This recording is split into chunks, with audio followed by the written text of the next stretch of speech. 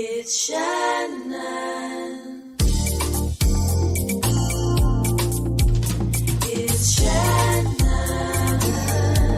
It's Shannon. It's Shannon. It's Shannon. Keeping it real.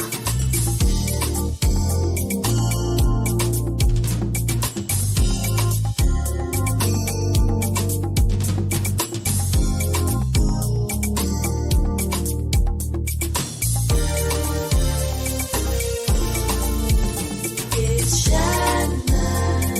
It's Shannon. It's Shannon. It's Shannon. It's Shannon. It's Shannon. Hello, and welcome to Keeping It Real with Shannon Live. It's It's Shannon. crazy there because you don't know how it's going to turn out. It's Shannon. It's Shannon. My kids empowered me to get out. What's going on with this remote learning and in the midst of COVID? Keeping it real. Working for different elected officials, learning and understanding how to put your community first.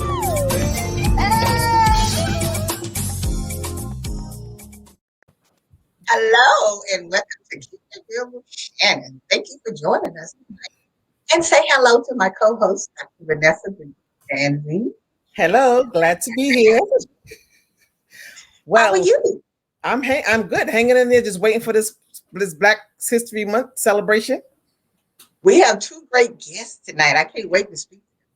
Yes, we do. And let's just get them started. Our first guest would be Ms. Diane Baldry. She's a corporate executive, career coach, and a founder of the Stay Hungry Club. And Mr. Joseph Ali, he's a co-founder and COO of Mentors Against Drugs and Guns, and is co-owner of I Am Phenomenal Unlimited LLC. Welcome. Hello, Hey. Joseph and Diane. How are you? Peace. How y'all doing? I'm How y'all glad to have doing? you on. Hanging in there. Well, you know, this is Black History Month, which would be a time for not only celebration, but also a time for reflection.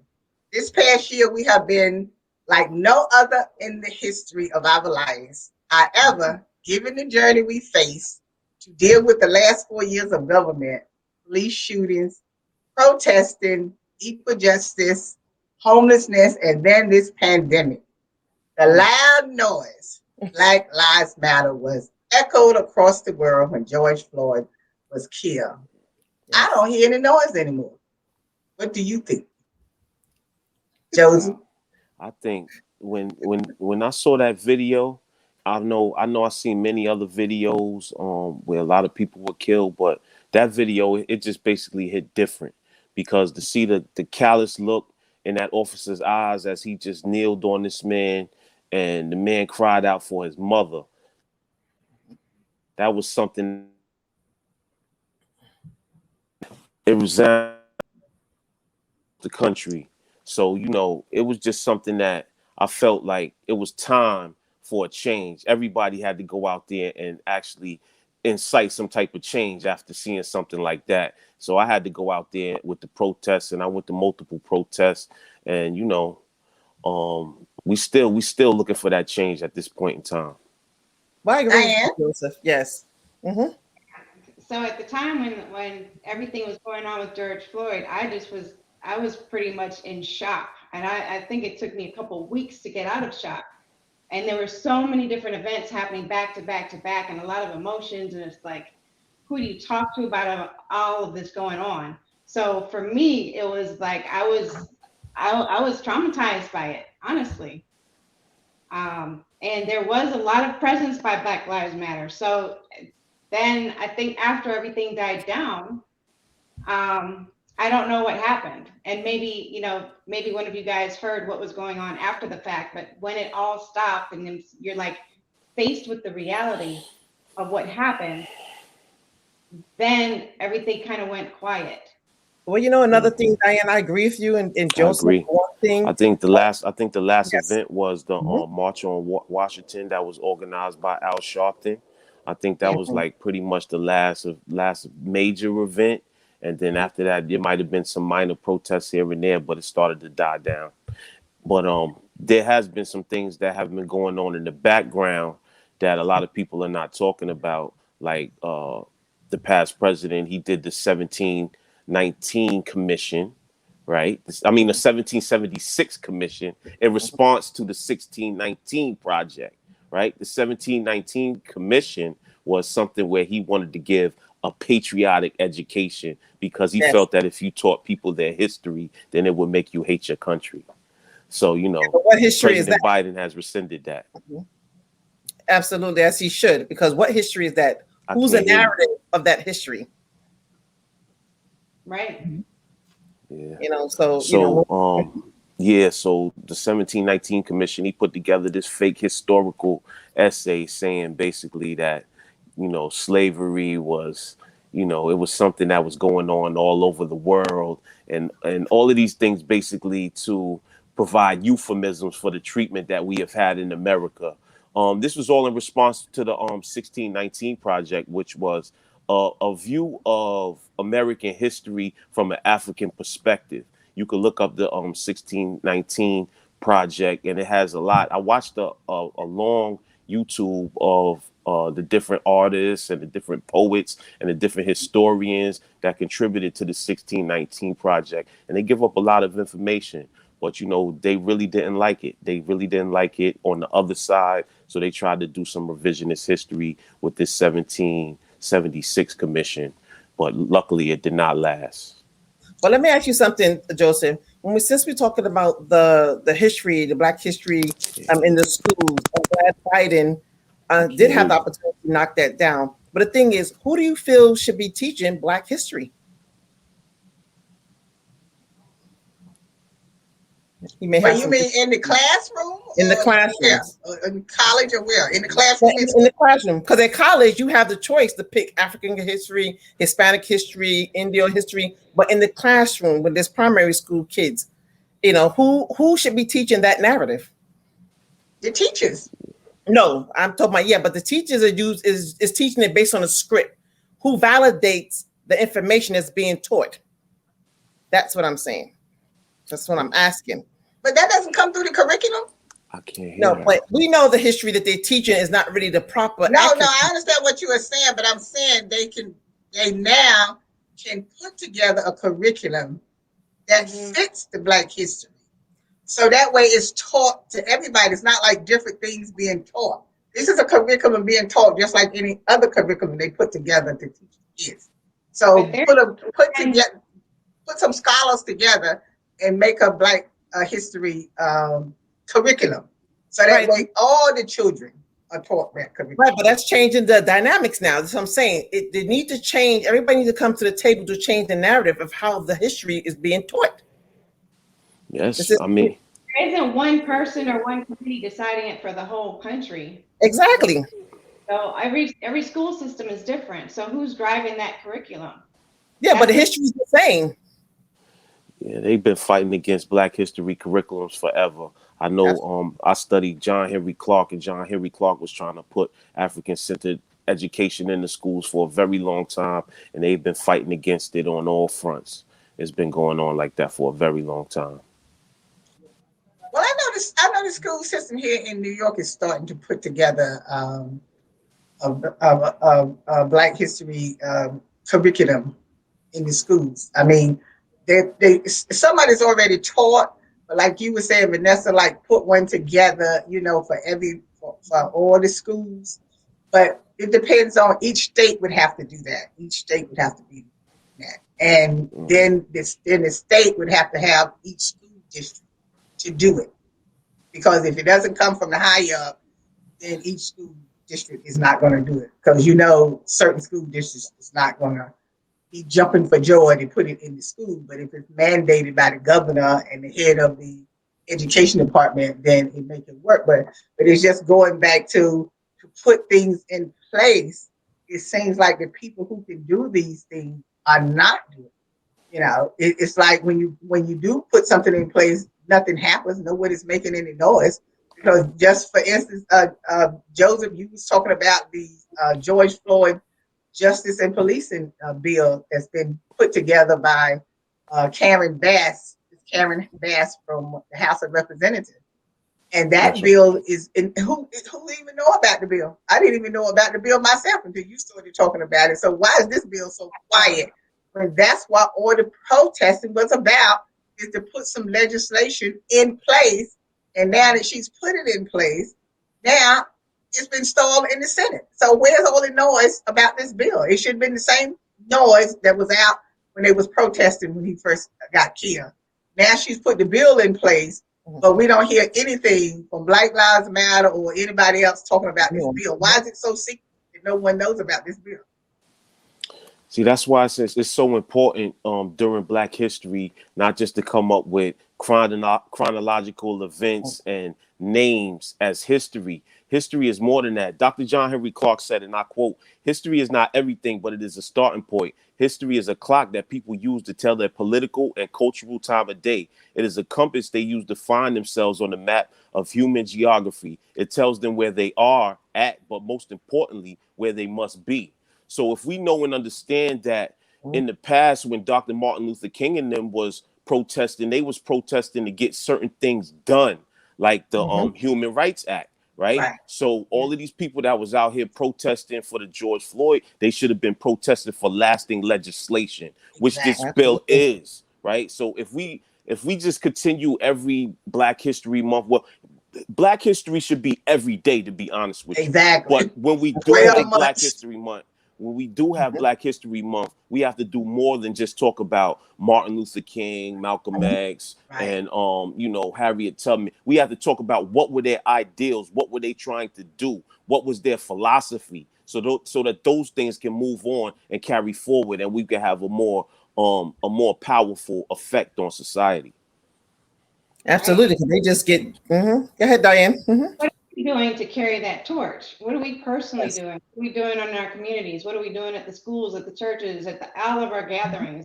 So that we are creating the history going forward. So I think it's very important to look at what happened before and stop using just the same names, just like you said, Joseph, and look at the fact that there are other heroes and heroines within our culture, and what can we personally do to move forward with that? Right. Yeah, because we have history today.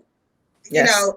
Even with all our respected leaders in the past, but what about the people now that's working, trying to get things done?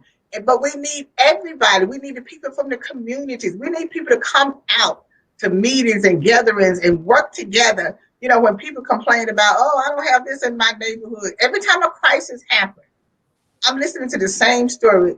We don't have this in our neighborhood. We don't have a clinic. We don't have a doctor. We don't have this. But then what happens after the crisis is over, before the next crisis comes, that you don't have this stuff in your community? Because something had to go wrong in between. Because how come every time there's a crisis, you're talking about the exact same thing again? Right. Well, Lottie, keep that thought while we go to break. Oh, yes, because I'm starting to get excited here. Let me remind It's Shannon. It's Shannon.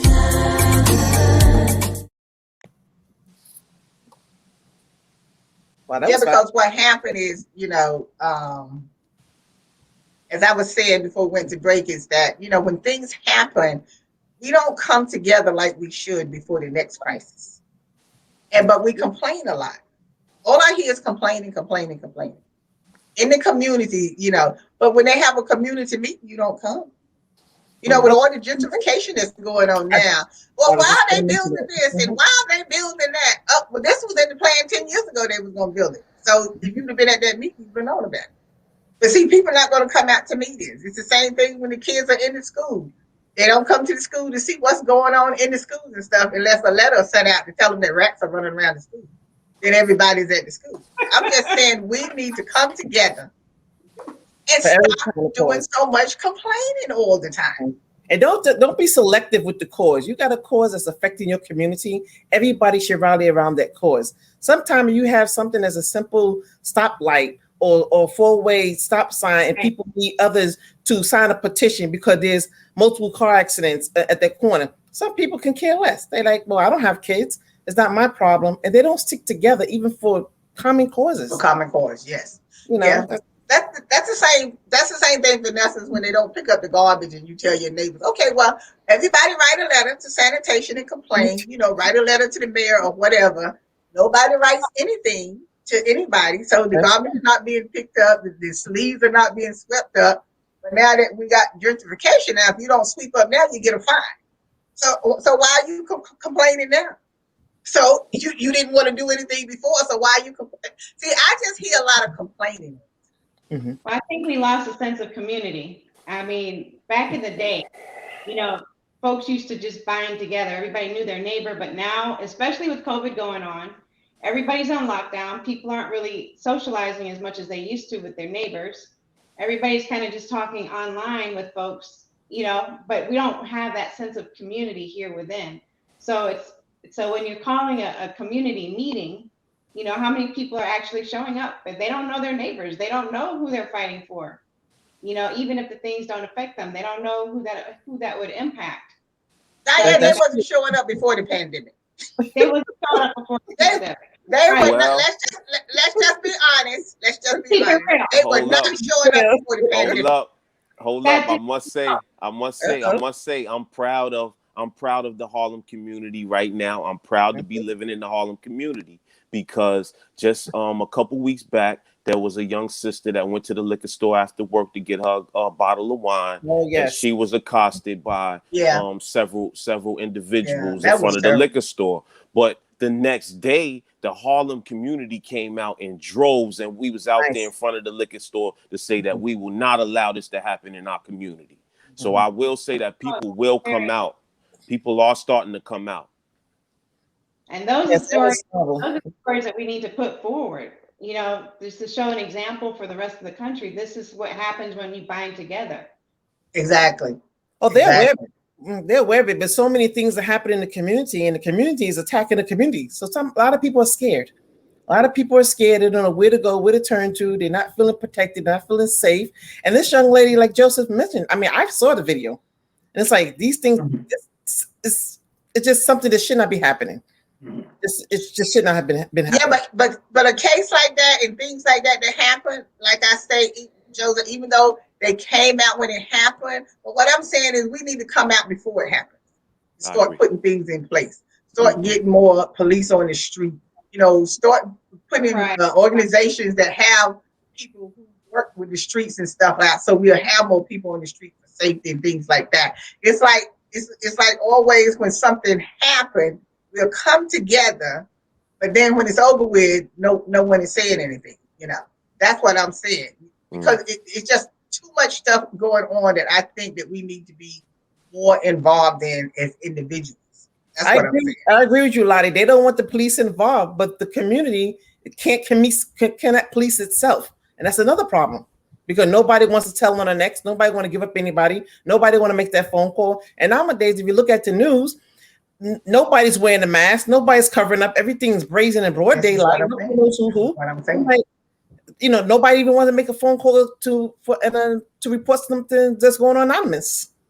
But the thing about it is, we shouldn't have had to get to the point that we're afraid of the police. Truthfully, absolutely, we shouldn't be afraid of the police, because we're supposed to be working together with the police. What the police department need to do is just weed out those bad apples and get rid of them, and then punish the ones who do things that they're not supposed to be doing. Because there's no such thing as we don't need the police now, because we do need the police. Could you imagine if we didn't have the police? It would be the wild, wild west. I'd probably have to get my rapper gun and everything out. You know what I'm saying? So please, no. I'm not going to ever say that we don't need the police, because they are good officers. They are bad officers. Because 2 officers saved my granddaughter's life. She suffered a seizure. She went in coma, turning blue, and it was only God. I don't know where them 2 men came from, but they just came out of nowhere, because we had called for help and everything. But I know God sent them, and they saved my granddaughter when she was about 2 years old. So you would never get me to say anything that old cops are bad, because they're not. Because they was right there, they did what they had to do to save her or whatever. And I appreciate them to today. There's not a day go by that I don't think about them officers and what they did. I say we need to get back to where the police, like when Mayor David Dinkins was in office, we had the community policing where you could get to know the police officer, they get to know their neighborhood. We need to get back to something like that because they are good officers that work with their communities and things, and we just need to learn how to work with them. But the police department has to due process on the ones who commit these crimes and let them get away with it. Just like with this bill need to be put in action. So when they do something again, they know they're gonna be punished. They know they're gonna go to jail just like we would go to jail. Well, the tradition of the police, it comes from the tradition of the slave patrols. When there were slaves that would run away from the plantation, they had these slave patrols. Some of them were not even police officers. They were just people that would go out there and hunt the slaves and, torture them, bring them back. Some of them would even kill them. So, over the years after the slavery, they had what they called the black codes, and then they had convict leasing, where they would, just arrest black men for doing regular things, just not having a job or just being in the street or whatever they said they would arrest the man for. He would wind up basically back in slavery on the new plantations, which became the jail system. So, this tradition of policing has come from those histories. And when we look at a lot of our communities, the police do not look like people that live in the community. So Exactly. we have a disconnect with that. And America is basically teaching you that, black people are the enemy, that black people are thugs, black people are this, black people are dangerous, they're angry, they're this. But when you look at white person, they're looking at as good. They're looking at as a doctor. They're looked at as the fireman, Billy the baker, and the candlestick maker. You understand what I'm saying? So that's the issue that we're facing right here, because the issue in America is the Negro problem. What do you do with these people that used to be slaves that are now part of society, and society does not want them in this country? What do you do with these people? And that's what we're faced with as black people. That's why we're housed in the terrible conditions that we have been housed in. You have people like W.E.B. Du Bois. He did a study on the Philadelphia Negro in the 1800s, and some of the conditions that they were going through are some of the same conditions that we're going through now. So what we got to do is know and understand where we are, and where we need to go. I respect that, Joseph, but you know what? And to add to that, we have to look at as history went on. So we had the mass incarceration, we got the redlining, we got the systemic racism that's incorporated into the system. So it makes it harder for black and brown people to move on, to move up, to do better, and to get out of the circumstances that they're in. I agree with that. Challenges we're having. The irony of it is that there are a ton of black folks that are in the police force. So it's like here we have this anger and this all of these actions that are coming against black and brown people, but then you have black and brown people on the force as well. So it's like, where do you find that balance? There are good and bad apples, I think, amongst all of them. Dr. B, I think you could speak best out of all of us. It's like it's some of everybody on the force, just as it is. Mm-hmm. But you know what? It's not only just the police department that we are up against. I mean, you get some of these same things happen to you on the job. And sometimes it don't always come from other people. Sometimes it come from your own people that be putting knives in your back and doing things that they're not supposed to be doing. And so you're like, why would you do that? And we're both having a hard time struggling here, trying to make it on the job, trying to get a promotion, trying to move up. So so why are you putting a knife in my back? You know what I'm saying? So sometimes you just have to even think and wonder, like, what? That's the same thing when you go out there and work 18 hours a day and try to save and make you money and buy you a house or whatever. But rather than them saying, oh, that's wonderful, they're talking about you. Well, who you think you are? Like you shouldn't move up, because if I go out there and work 16 or 17 hours a day, if I save my money and decide I'm gonna go buy me a house, well, then that's what I wanted to do, and I put the time in and I put the work in. So why are you getting upset with me? This is the problem I have with our people sometimes. Just jealousy and stuff. We won't uplift each other, and help each other. That's the problem I'm having now. Like, we got to work together with each other and help each other. If you trying to get a house or you trying to get something or whatever, I might be able to help you do that. Well, some self-hate going around. It's a lot of people that don't understand their worth. And so if somebody gets something, they don't know that they're worthy of getting that too. They don't want to work for it. They don't want you to get it. So they're just going to talk bad about you and fight you when you're trying to do right. So it's like we have lost again that sense of community and helping each other. What Diane, since you're the expert in this area, what do we need to do to reinvent ourselves, particularly now that the pandemic struck? This is a good opportunity to reinvent ourselves, start our own business, change careers, or whatever. What do you suggest? The time is now. You know, we're looking at all of these reasons why people say we shouldn't do anything right now, because you could lose your job, right? If I try and start my own business, I don't want to take a chance on losing my job. There's nothing I could do. We're dealing with all of this social injustice. We're dealing with all of these issues. And so people are saying it's not a good time to reinvent yourself. But the reality is that's a good reason why you should reinvent yourself. Because when you're dealing with a situation like this pandemic and everybody's losing their jobs, you want to be prepared. You don't want to have to go into something like this again, not knowing where your next meal is going to come from, not, depending on an unemployment check, depending on what else depending on. Stimulus. Stimulus, yeah. Stimulus. All of these hand-me-outs, and granted, a lot of people do need the help, but this is a time that we say, you know what, I'm going to be prepared for next time. I'm going to be prepared for my kids' sake, so that they have something that they can lean on, and they see the way things are supposed to happen. So this is what we need to do to reinvent ourselves. You need to look at what it is that you're good at, what it is that you like to do. Don't just say, well, all I do is sweep the floors, or all I do is, electronics, and nobody pays attention to me. Nobody thinks I'm valuable on the job that I have. You have to know that what talent God gave you, somebody needs it. You are here to solve a problem for somebody, and you can use that strength and that talent and that skill that you have to go out there and get your own business. Dr. Vanessa and I are both wealth ambassadors for Dr. Lynn Richardson, who's financial guru to the stars, right? Mm-hmm. And her big thing is one stream of income is a hazard to your wealth. She says one stream of income is a hazard to your wealth. And we both echo that sentiment. It's like you have to be able to find different ways to bring in income. And one of those ways must be your own business. I'm gonna pivot here to Dr. V so you could expound a little bit on that. But the whole point is you don't want to depend on the job that you're in right now. You don't have to be miserable in that job. You can get other ways to get income, and you can do something that you're happy with and passionate about, that will last you the rest of your life. All right, so I'll expand to that when we come back.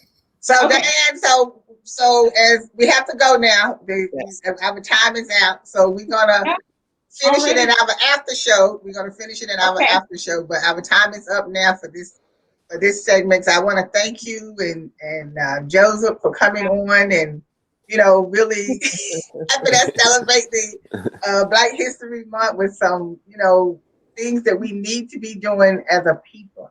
And I just want to say to everybody, please do something for yourself. Take advantage of this time and, grow and reflect. So as always, thank you again. Thank you, Vanessa. Thank you. We'll see you next time. Peace. All right. Today's show is sponsored by Abu's Bakery. If you have a sweet tooth, stop by Abu's Bakery for some delicious cakes and pies. It's shining. It's shining. It's shining. It's shining. It's shining.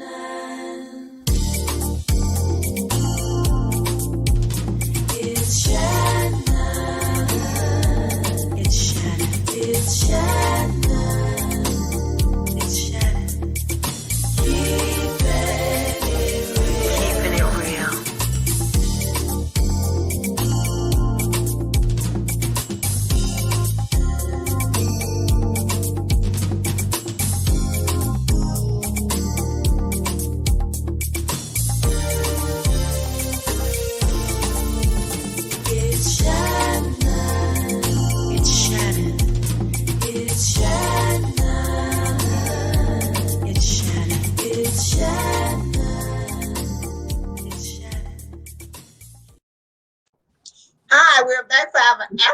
show. Thanks for hanging around. Thanks for joining us again. Before we ended the show and coming back for our after show, Diane, you was telling us about, what we needed to be doing and everything. But I remember Dr. Vanessa told us that we need to get a home-based business. If nothing else, you can start a home-based business. Yes. Bake cakes, that can be a business. If you cook pig feet, that can be a business. Whatever it is that you have a knack for doing, you can start it in your home. So Vanessa, you want to tell us about our home-based business? I can get one. Yeah, I'll add on to that because I do be singing like a canary, and I be telling people everybody can be a consultant. It's something either you do, something you do naturally, and something that you love to do, that you have a passion for. Like Lottie, we know you like to talk, so we know that's something that you can sell. But anybody can have a home-based business, and when Diane and I is in the space of Dr. Lynn, she brings a lot of positive spiritual energy, and she gets you motivated. And sometimes people, like Diane mentioned, they don't know their worth. So she has a process where she brings people to kind of reflect on themselves, and she has something very simple that people just could be committed and be committed to. And it's like spend less money. Something people can do, something simple they can do. They just have to be committed. Learn how to make more money. Building those multiple streams of income, getting a home-based business, and learn the rules of the game. And what she tells us is that it's only two systems. It doesn't matter if you're black or white, rich or poor, male or female. It's either you're in business or you're an employee. So learning the rules of the game, we get to know about the business, tax rules, tax laws, that as a business, you can write up to 475 tax deductions versus as an employee, you only have up to 7 to 8 deductions.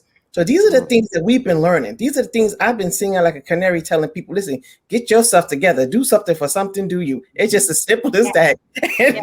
And that's what I'm out there. And I'm preaching because we don't know. And a lot of and if they want to teach somebody something, what they do, they say, put it in the book, because they don't depend on it. They don't expect Black and brown people to be reading. I'm telling people how to focus on estate planning, building that generational wealth. Stop living in generational debt. Like, wake up. Like, this is a time to change. Yeah. You're absolutely right about that, because it was amazing.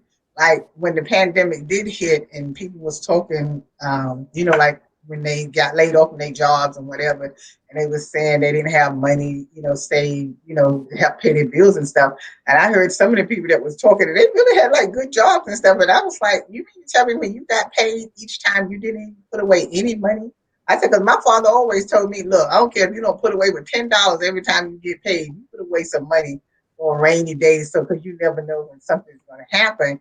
And I was like kind of amazed to see that the people, say that they didn't have anything. I can understand people who didn't make a lot of money, because they took all their money to pay their bills and stuff like that. But these were people that really had good jobs and stuff. And I was like, wow, that you're not saving any money whatsoever. So that's why I said this was a good time to reflect, reinvent yourself, and come up. Because I was like, well, okay, since Vanessa talks about it all the time, I got to find me a home-based business too. I don't know. I mean, I like to bake, but I don't want to bake. I don't want to do that.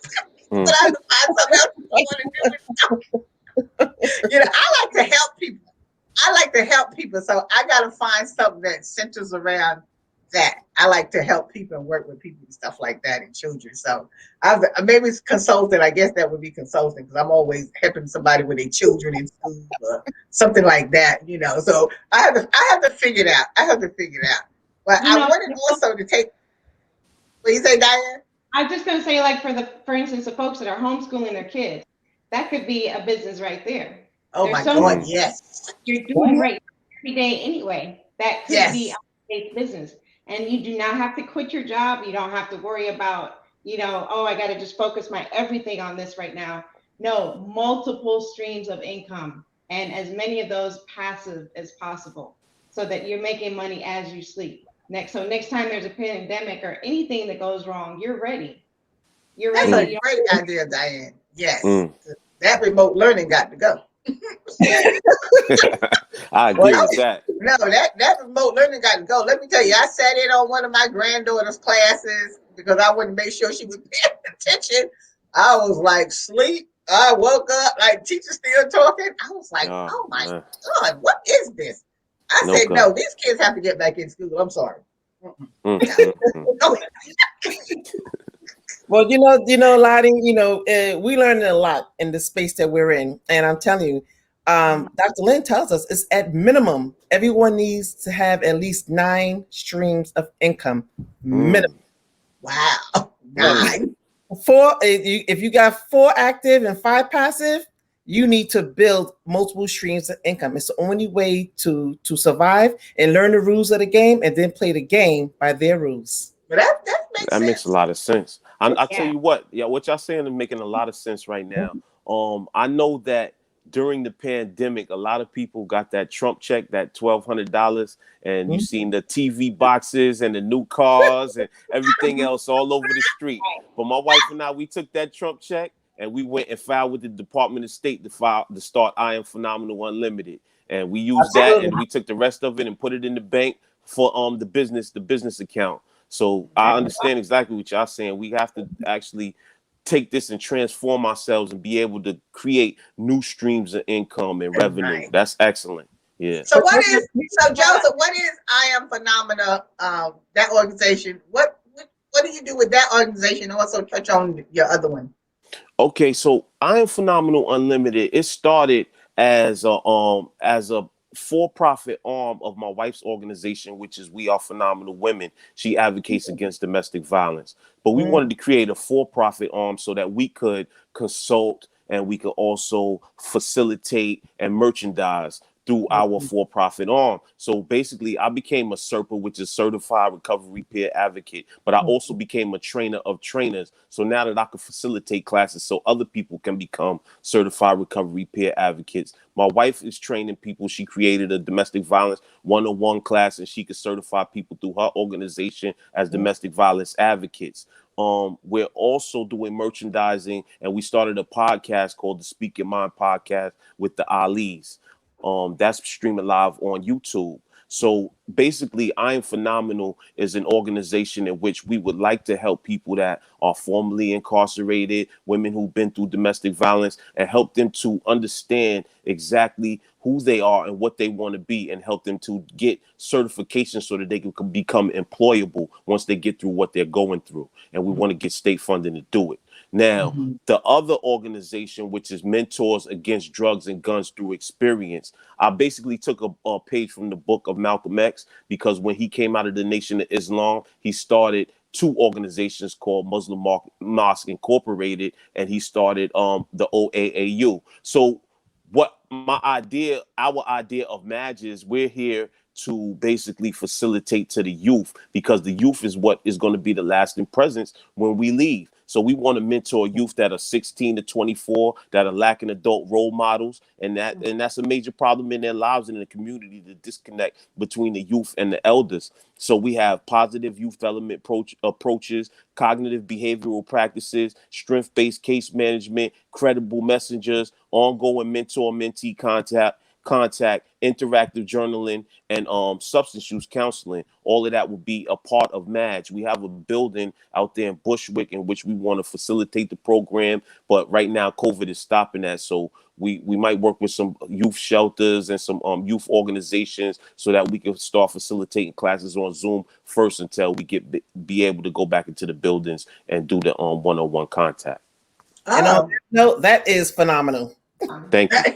Yeah, that's wonderful. Yeah, that's really needed, Joseph. That's really needed, Joseph. Yeah, because we have a lot of people who need help and they just don't really know where to go and get the help. So, if you need some help, you hear what Joseph said, his number, you can give them a call, reach out to their organizations, domestic violence situation, reach out to him and his wife. Now, Diane, you also started your organization called the Stay Hungry Club. Yes. I first thought you was going to feed me food, but I realized it wasn't food. You wanted to feed my ego and my motivation to get me where I need to get. Fire going in here. Not that you need any. Not that you need any at all. But the Stay Hungry Club is really designed for women who want to do more, they want to be more, they want to give more. And I mean, not just professionally, but personally too. So it's designed with different classes that'll help you to move forward in your career. You know how you could just get in the car one day and just say, I'm just going to drive, and you don't know where you're going. Could you Right. imagine people doing that with their careers? Right. That's Nobody, fun. they're not saying Yes. they want to go. It's just like wherever I end up, that's where I end up. Yeah, that's fun. We have to take control over what we can control. And, Yes. and like you were saying before, let's not blame everybody under the sun for why we're not doing and why we're not making what we want to make. Let's come up with a plan. So at the Stay Hungry Club, we have webinars and seminars and one-on-one coaching to help with that. And the other part of it is not just helping you with the career, but after you have the career of your dreams, the one that you desire and deserve, then what are you doing with your money? You know, there's that other half to it, because a lot of folks, like you said, they get that check and they're buying a car that they don't need, you know, that lost 30% of its value coming off the lot. So it really helped people to also get a financial education with the money that they get, so that they can, and one of the things they learn about is what we talked about with multiple streams of income. So Now, Diane, with the career coaching, yes, when you do the career coaching, right? Is this Yeah. like seminars where? I mean, I know it's probably you're doing it on Zoom now, but before the pandemic, it was in those seminars where the women come together and then you can show them and stuff. Like, is this like if they want to change their career, or this is the career that they are in, and then you were showing them how to enhance themselves and become better in that career? that's a good question. It's actually both, because you could be in the job that you like, but you know you could do more, right? So maybe you want to get a promotion at that same company, or maybe you're in a profession and you just are not happy. It's not aligned with who you are, what you want to do. So a lot of it is being taking a full assessment of what it is where you want to go. So let's look at the end that you have in mind, be it at that same job or not, and then work our way backwards and see what we need to do to get there. You know, we'll create a map to get to that final destination. And you might be surprised, because you're thinking you want to do one thing, but really after going through the process through these classes, you learn that you really would be happier doing something else. But you just prevented yourself and just gave yourself all kind of negative talk that you didn't know you could do those other things. So it really is there to empower us and to bring together like-minded women who want to be more, do more, and give more. Well, I always say you got to hang around people that want to do something. I don't believe in hanging around people who don't want to do anything. I'm sorry. That's I mean, right. I still talk to you and, you know, and everything, but like, if you ain't going nowhere now, look, I can't be in that negative gossip and all that kind of stuff all the time. Nah, I got to get with people who are moving, because I want to know how you are moving. that's right. Because see, I'm not jealous. I tell everything that I learn, I tell somebody else. Anybody knows me, I know anything that I find out information, I will share with the other person. Because, you know, it's like the movie Mahogany, when Diane Ross was all this, and Billy Williams told her, look, you can be at the top, but it's lonely at the top. Nobody want to be at the top by themselves. So I'm saying that, you know, when you want to be better, you hang around people who are better, that's doing something, and it motivates you. It encourages you to do better. That's how I look at it. It encouraged me to do better. You know? So, because when I see people with something, I want to know, well, how did you get that? How did you know that? You know, I want to find out stuff, you know. And this is what people need to get more. It's just the men and women. We both have to be encouraged and hang around people who want to do something. You know what I'm saying? Say like Joe would say, he opened his business, you know, now for being phenomenal and his other. Look, you want to meet people who can take your business to the next level. That's or right. whatever. You don't want to be talking people who's negative. Talking about, well, why you start that organization for? Nobody wants, you know. You don't want to hear that. Nah, You want to be with people who are going to encourage you about your business. That's what you want. That's true. You don't want to be the smartest person in the room. Go ahead, Diane. No. The other thing is, in addition to the group classes, we also have one-on-one coaching. So, you know, you could learn in the pack, and we can also learn one-on-one, because a lot of it is stuff you don't want to share with other folks. You're still trying to figure it out, right? Yeah. So that's available as well. Well, Diane, I know you down there in Texas, so you know I can't reach down there, but I guess you may have to come to New York and coach us one-on-one or something, you know. So coaching seems to be the new field. Huh? Yes.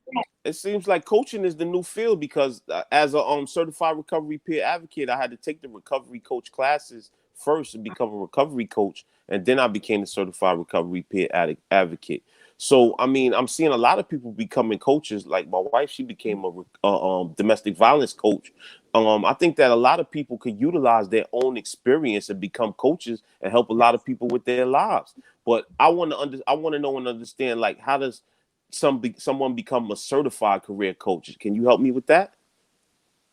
Yes, there are actually classes with that. And Okay. part of the teaching from with New Wealth University that Dr. Lynn offers also has coaching classes.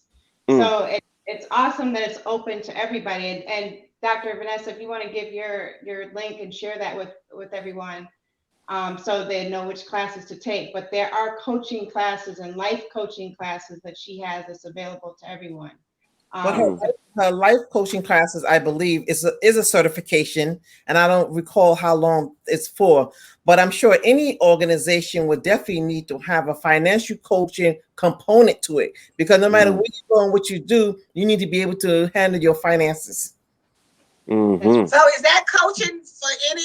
So is it coaching for any career that you decide to go? Say, like, you know, talking about starting your own home-based business. It could be consulting. So, like, if you're helping someone or doing something for people, you know, to tell them how to do better or whatever, that's considered like coaching almost, I think, right? Absolutely. Yes, absolutely. Yes. Yes. Well, thank you, Joseph. You just gave me my home-based business. Thank you. Thank you, Joseph. I couldn't think of a home-based business or whatever. But I'm always running around helping somebody. They always calling me, what should I do with this? Or what should you do? Can you help me with this? Can you help me? Well, I'm giving up all my time. You know, I don't have a problem helping. But then when they started talking about it, I'm like, well, what can I do now? Because my time needs to be paid for here. Right. Send them that contract. I hate to charge people for anything. That's why I'm not a rich woman today, because I don't charge people for anything. I got to get enough nerve to charge people. Hey. So I can have a business. I would be out of business because I'd probably be giving away my food or whatever business I had. They said the game is to be sold, not to be told. Absolutely. I just have a hard time charging people. You know, people say, I don't know. I just have a hard time charging people for things. But Lottie, I guess I need to get over that. Lottie, you got to get the mindset of living your life like a business. Mm-hmm. That's the difference. That is the difference. You know what, Lottie? This is the time right now to do it. Right now, at the pandemic. Well, you know what? I'm gonna do it. I'm gonna find a little name for my little home-based business now. And since I'm already doing what Joseph just said I was doing, so now, and since Diane, you said what we could be doing and stuff, I got it now. So I just have to find my little name and get my little license and all that kind of stuff, you know, because I mean, this could be my new invention. You know? You need a license, but you don't need a license. I don't need a license? No, you don't need a license. No, you really don't. No, you start off as a sole proprietor. It's just your name and social security number. That's it. You don't. Oh, okay. All right. Yeah. Well, let me let them parents know. Don't be calling here for me to help you with your children and don't want to pay me, you know. Well, look, this has been so much fun talking to the two of you, and I'm just happy about the work that you are doing, about your organizations, you know, Diane, you know, getting the women together, and Joseph, you know, you getting the men and women together, you know, what you are doing, and your wife, you know, because there's a lot of domestic violence stuff going on, and particularly since the pandemic started, a lot has been going on behind closed doors. Yeah, it's an uptick. So, you know, everybody's frustrated with each other now because they never talked to each other before the pandemic. So now they realize who this stranger I've been living with all of this time. You know, that's the problem, because we don't talk to each other. If we had been talking to each other before, if we had been talking to our children before, you could save a lot of this stuff because you already know who your family is. But this is what have happened since the pandemic came in. People really found out that they don't know the people that they living with or whatever, you know. So we need all of this work that you are doing. So keep up the good work. And if people, want to get in touch with you, they have the information. They can call you. Not they can call me, and I can forward the information to them, because that domestic violence stuff is really, really serious. Because I know a couple of cases now, but you can't convince people that they're in a domestic situation because they've been in it so long till it's just like a part of them. But Right. we want to thank everybody for watching. Have an after show. Thank you again, Diane. Thank you again, Thank Joseph. Thank you Thank for you. dancing. Thank So, as always, we'll see you next time. All righty. All right. Yeah. Thank you. Salute. Peace. Have a Yeah. good one. All You righty. too, Nat. It's Shannon. It's Shannon. It's Shannon. It's Shannon. It's Shannon. All right. So we can talk. Thank y'all.